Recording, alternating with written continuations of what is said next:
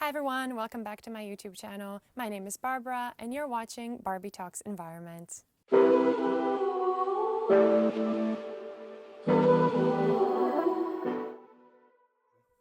So today we're here with my mother, or the gardener as she is called by her show in Croatia, and I'm here to interview her today about her life and her work and how it all relates to sustainability. So my first question for you would be to maybe just introduce yourself, what your work entails, and what you have been doing throughout your career. My name is Kornelija Benjovski-Šoštarić, and I am the author of a gardening show on Croatian National Television for last 15 years. I'm also an author of several books about organic gardening.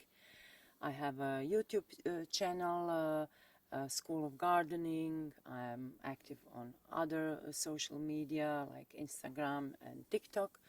And I talk about organic lifestyle, growing food, vegetables, but also decorative plants.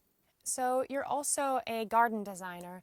Can you tell me a little bit about what it takes to create a garden like this? What kind of a intent do you have to have behind the idea of this kind of a garden to work? Well, as I said, this is family garden, but this is a garden where we do most of our filming.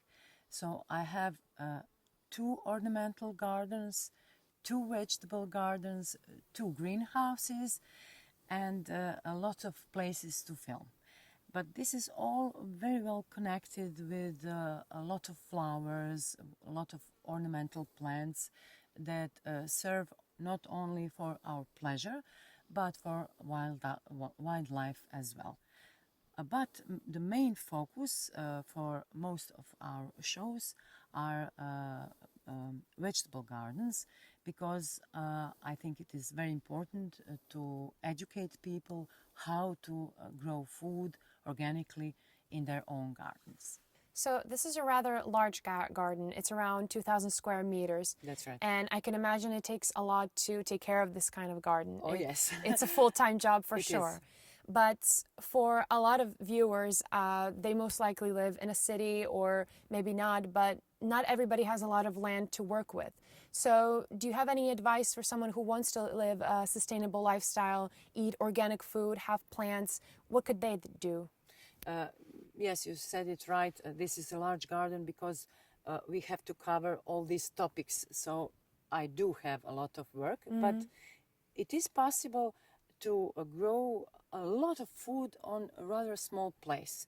For instance, look at these raised beds. I have 5 of them here. You know that as well. Yeah. And I have here a second crop of vegetables, and each bed is maximum 2 square meters. It seems small, but it isn't. If you see how these tomatoes fall down, you have really a beautiful crop here, peppers, leeks, all in one small place. Here I have a basil, celery, Swiss chard, leeks, peppers. So really a lot of food on a small place. And I also built this for vertical growth. Okay. So I have cucumbers, for instance. And all this I covered with both shading. This is very important, especially today because of climate change. We have very, very warm summers. And this protects plants from this heat because it lowers temperature. But also, this is very good for situations like hail.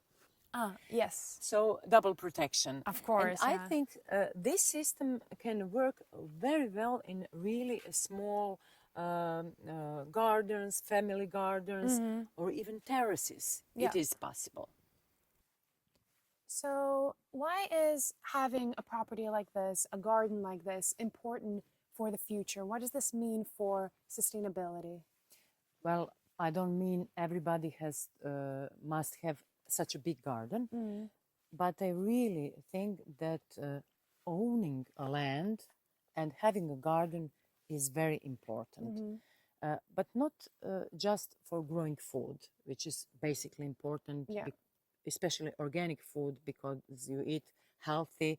A part of your nutrition is from your garden, and you know what you eat. Yeah. But also imagine that many people own land and own gardens, then the society in a whole can be more economically stable and sustainable, Yeah. which I think it is important for the future. I think countries should be sustainable, and everything starts from the family. And the garden is good example where we can recycle things, having compost bin, things like that. And above all, garden is not, but also garden is not just that. We all spend so much time in front of computers or phones, especially young people. And I really think a garden is opportunity to get out, to observe plants, to be in nature, and this is good for physical, but also for mental health. So, to conclude, the reason why I wanted to interview my mother specifically was to showcase that owning an organic garden isn't just a lifestyle, it is also a statement showcasing dedication to an environmentally friendly life and overall care for your own well being and health. And I myself have grown up in a garden, and I can honestly say it is one of the most unique experiences someone can have, not just by connecting with nature and with plant life, but I think once you live in a garden long enough, it shows you how important it is to take care of nature and to protect it. And nowadays, having a place like this is quite rare because we live in a very industrial world.